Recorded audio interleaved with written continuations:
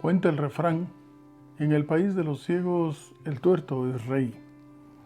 Y es verdad, porque mientras no exista un contraste que demuestre el error en que están o la realidad que están viviendo, ellos considerarán eso normal. Hoy en día se considera que pecar es normal. Sin embargo, se ha vuelto común algo que es totalmente anormal para el universo. En otras palabras, si contemplamos la escena completa de lo que significa la creación de Dios, son más los que no han pecado que este diminuto cabeza de alfiler llamado tierra, en el cual se ha tenido que fijar el Señor por un inmenso amor que no comprendemos, para poder el Creador inmensamente mucho más enorme, sin límite, sobre el universo vasto, para considerar de que era importante que tú y yo volviésemos a ser llamados hijos de Él, a rescatarnos. Es precisamente el amor lo que da pie al título de la lección de esta semana: Fundamentos de la Profecía.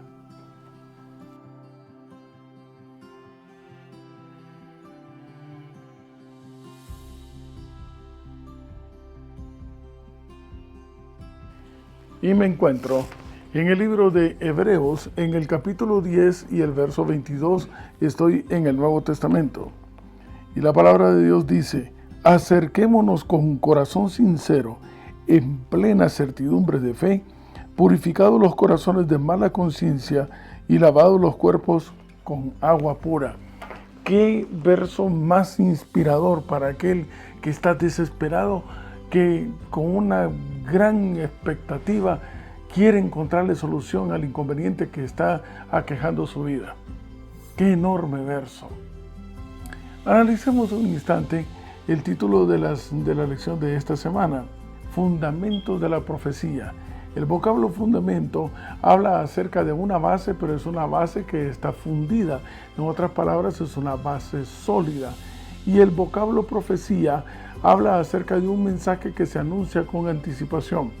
En otras palabras, la interpretación del título de esta semana sería entonces la base sólida que sostiene el mensaje que de lo que sucederá.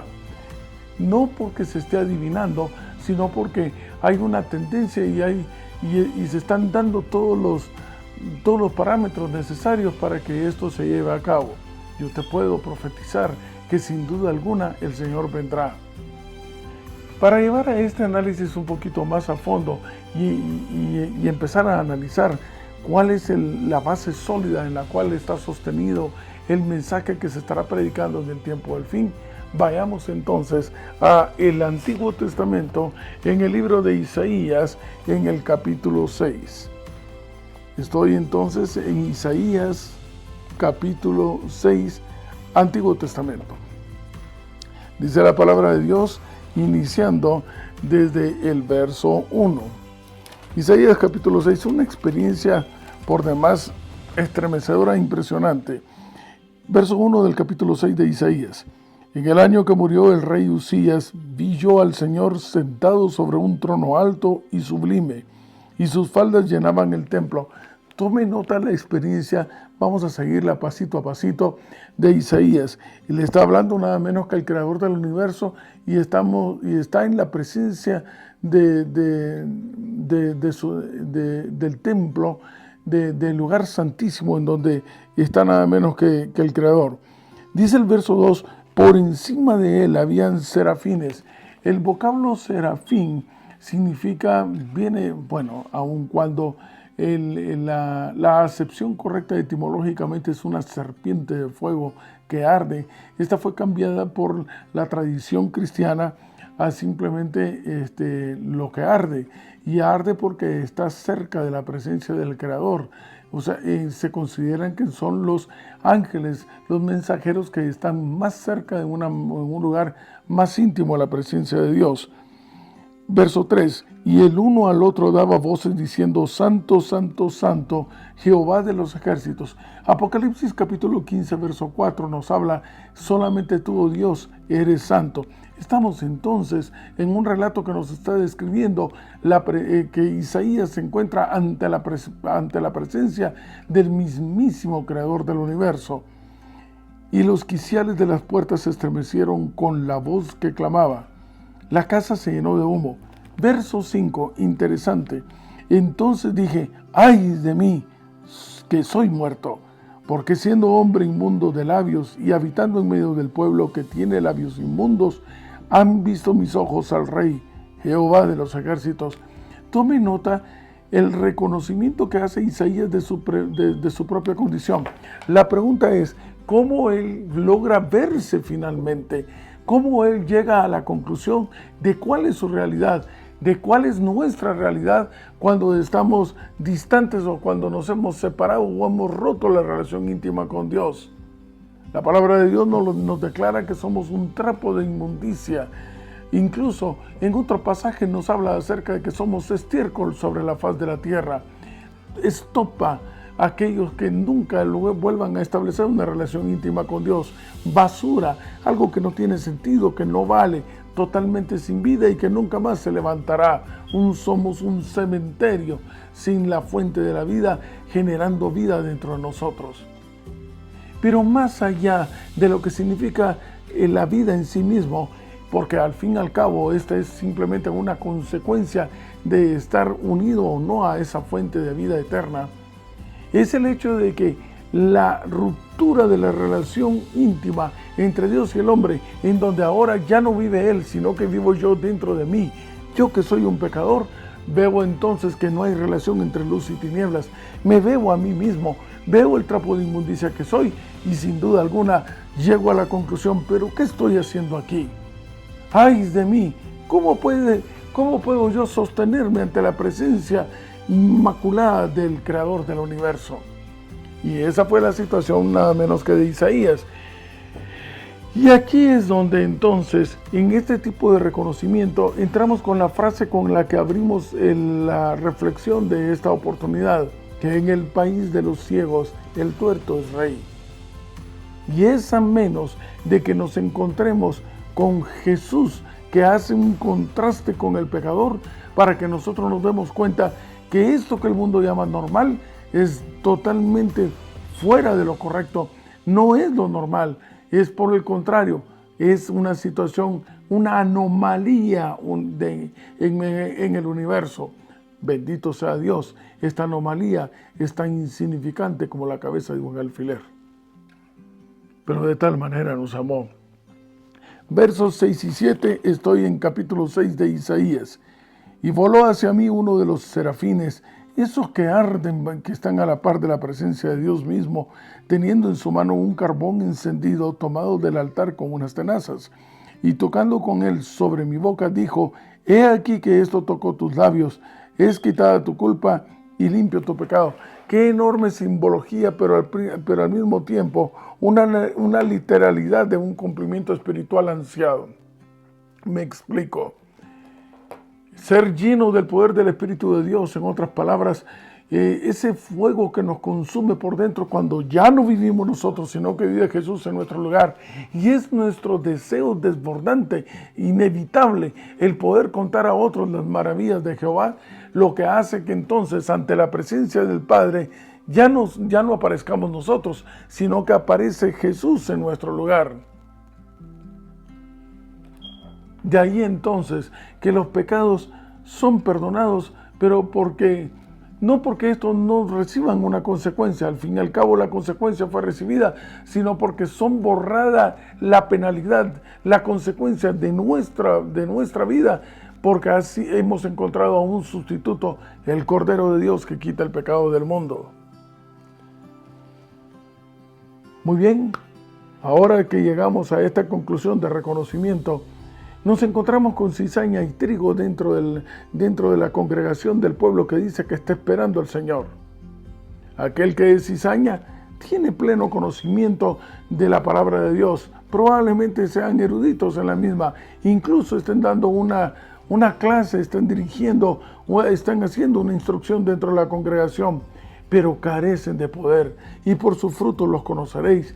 No se ve el resultado, quizás a pesar de la elocuencia, pero es que simple y sencillamente el único que convence de pecado y guía a toda verdad es el poder del Espíritu Santo. Apreciados amigos y hermanos, ¿cuándo comprenderemos que esta no es una empresa comercial común? El Evangelio no es una empresa o un negocio propio, el cual es dirigido por la reingeniería actual del mundo. No, la obra de Dios, que parece locura para el mundo, es dirigida no con espada ni con ejército, sino que con el Espíritu del Señor. Así que un mensaje con poder es aquel mensaje que se dicta por el Espíritu de Dios mismo, compartiendo únicamente a aquel que puede lograr tocar las fibras más íntimas del corazón. La pregunta ahora que surge es, ¿qué es lo que estamos compartiendo? Recuerden ustedes que estamos hablando acerca de la base fundamental que presenta el anuncio para el cual tiene su razón de ser el pueblo de Dios del tiempo del fin. Es que equivocadamente se ha considerado que la palabra profecía tiene que ver exclusivamente con bestias, con cosas que algunos no saben si son literales, si son simbólicas, que hay tanta especulación al respecto sobre la interpretación correcta, que tienen que ser fantasiosas o incluso profetas porque es un adivino. Pero apreciados hermanos, nada más alejado de la verdad. Una profecía es aquel mensaje, insistimos, que anuncia lo que sucederá, pero que tiene previamente una base sólida en la cual se está sustentando, que es lo que estamos analizando en este instante. ¿Cuál es ese mensaje que compartimos? Y para eso les invito a que vayamos al libro de Salmos en el capítulo 119, un capítulo bastante conocido de este verso. Estoy en Salmos capítulo 119 y el verso 105. Y la palabra de Dios dice, Salmo 119, verso 105. Lámpara es a mis pies, ¿qué cosa? Tu palabra, y lumbrera a mi camino. Apreciados amigos y hermanos, la razón de ser de la palabra de Dios, de la Biblia, es presentar únicamente a Jesús como la luz del mundo, como la lámpara que puede disipar la oscuridad que nos está rodeando, porque como producto de la separación de la relación íntima con Dios. Juan el Bautista ardió en la necesidad de poder compartir a aquel que iba a venir por primera vez a morir por nosotros. Eso es lo que dice en el Nuevo Testamento, el libro de Juan, en el capítulo 5 y el verso 35. Así que si usted me acompaña, estoy en Juan, Nuevo Testamento, capítulo 5, verso 35. Y la palabra de Dios dice, Juan capítulo 5, verso 35. Y dice la palabra de Dios, aquí está, Él era antorcha que ardía y alumbraba, y vosotros quisiste regocijaros por un tiempo en su luz. Apreciados amigos y hermanos, una vez más, si tú eres un predicador, pero no estás iluminando, si a pesar del mensaje que estás dando, hay oscuridad todavía que te están rodeando, el problema no está en el mensaje, el problema está en el espíritu que está dentro de ti, tratando de propugnar un mensaje con el cual aparentemente tu vida no concuerda, tus acciones y tu testimonio no son congruentes. Inevitablemente es un principio que es irrefutable, no negociable. Si el Espíritu de Dios está dirigiendo tus palabras, está dirigiendo tu mensaje, entonces inevitablemente iluminarás las tinieblas que te rodean. Y no es en la multitud de aquellos que permiten que el Espíritu Santo les toque el corazón, sino que en aquellos que en verdad están listos para encontrarse con el Señor. Vemos el caso de un Nicodemo o de aquellos que pretendiendo encontrarse con el Señor, aun cuando estaban rodeados de muchísima gente, solamente ellos querían invitar al Señor a que cenara en su hogar y se quedara allí y fueran familia. Este es el mismo ardor en el cual se encendieron los discípulos en el aposento alto a la luz de Hechos capítulo 2, verso 1-2. Y es la razón por la cual el Espíritu Santo está simbolizado en la llama de fuego.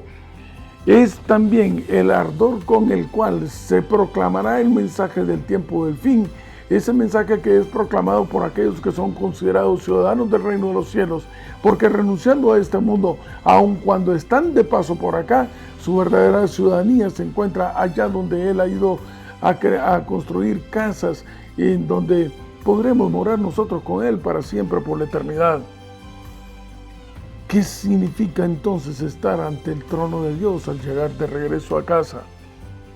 Pregunta, ¿hay esperanza de podernos sostener ante la presencia de Dios? En el caso de Adán y Eva, su esperanza era poder tener la confianza y la seguridad de que podían acercarse y guardar la certeza de que las cosas volverían a ser buenas en gran manera. Y eso es lo que nos dice el libro de Génesis. Estoy ahora en el Antiguo Testamento, en el capítulo 3, libro de Génesis capítulo 3 y el verso 24.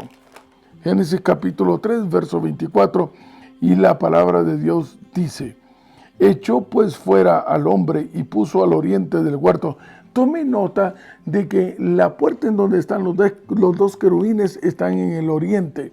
A la luz de la interpretación profética, el oriente es donde siempre entran las buenas cosas. Del oriente vendrá el Señor. Del oriente entró la liberación de los esclavos en Babilonia. Y aquí dice: en el oriente del huerto de Edén habían querubines, una espada encendida que se revolvía por todos lados para guardar el camino del árbol de la vida.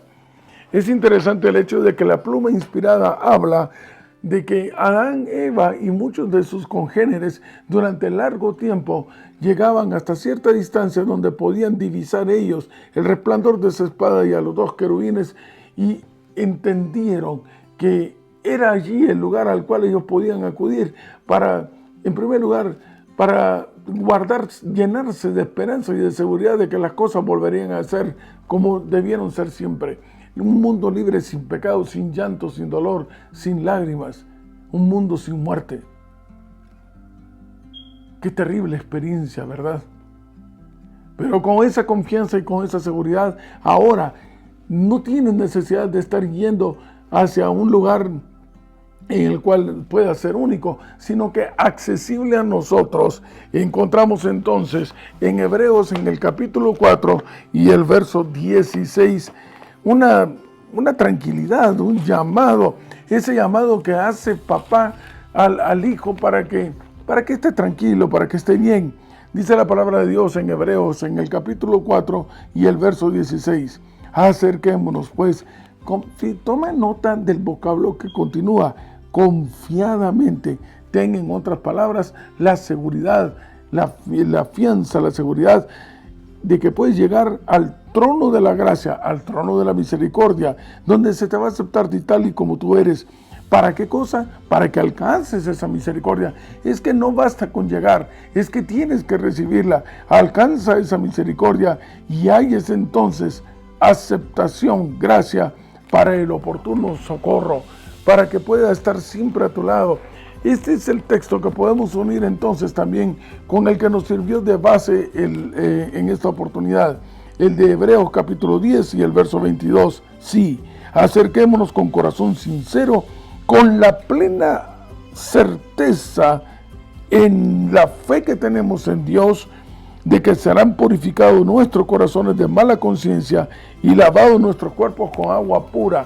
Este vocablo lavado acá es el mismo vocablo que se utiliza en Levíticos para poder determinar un baño de pies a cabeza, un rajá, un abandono total al mundo, una entrega total al Señor.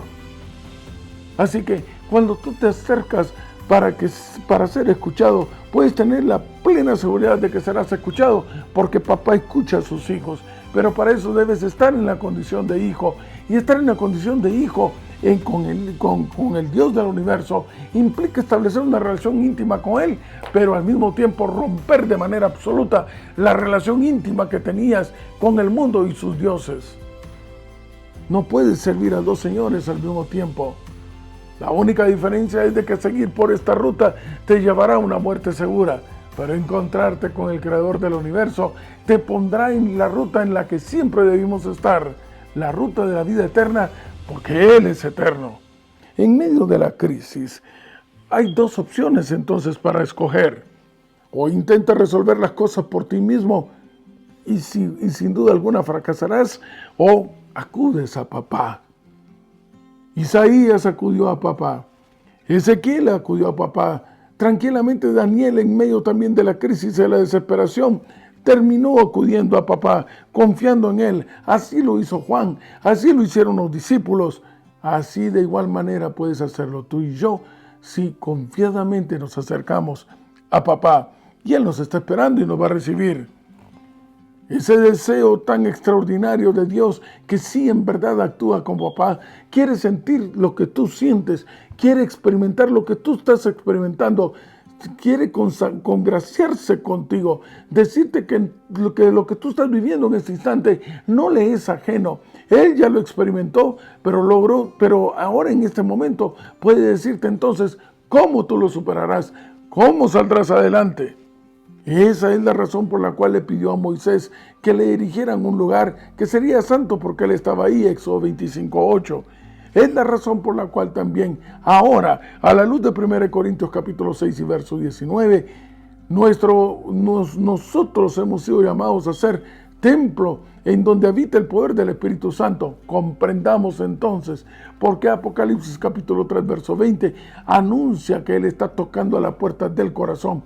Él quiere habitar con nosotros, Él quiere estar a nuestro lado, teniendo su mano sobre nuestro hombro, dándote la absoluta seguridad de que no estás solo, que Él no está distraído, que Él no está dormido, que no se duerme el que cuida a Israel, que está pendiente de ti, porque te cuida como la niña de sus ojos, porque ha prometido llevarte grabada en la palma de las manos. Imagínate, te tiene contado hasta el último de los cabellos. Y apreciados amigos, en el son del anuncio que se debe compartir al mundo ahora en este tiempo, la pregunta que surge es una pregunta extraída del último párrafo del segundo capítulo de un libro extraordinario, El conflicto de los siglos. El apóstol Pablo declara que todos los que quieren vivir piamente en Cristo Jesús padecerán persecución. Lo encuentras en 2 Timoteo 3:12. Y la pregunta, ¿por qué entonces parece adormecida la persecución en nuestros días? El único motivo es que la iglesia se ha conformado a las reglas del mundo y por lo tanto no despierta oposición. La religión que se profesa hoy no tiene el carácter puro y santo que distinguiera la fe cristiana en los días de Cristo y sus apóstoles. Si el cristianismo es aparentemente tan popular en el mundo, ello se debe tan solo al espíritu de transigencia con el pecado, a que las grandes verdades de la palabra de Dios son miradas con indiferencia y a la poca piedad vital que hay en la iglesia.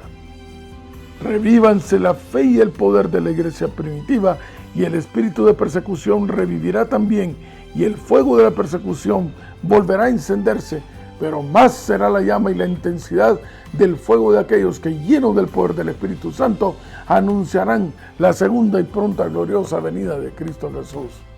Hacia ese rumbo vamos a casa con la absoluta certeza de que encendidos, ardientes por la intimidad que tenemos, por estar cerca de la luz del mundo, podremos entonces iluminar a los demás y viviremos en un lugar en donde, alejados de la oscuridad, ya no habrá más llanto ni dolor, el pecado habrá terminado y podremos vivir como siempre debemos haber vivido, en paz para la honra y gloria de Dios.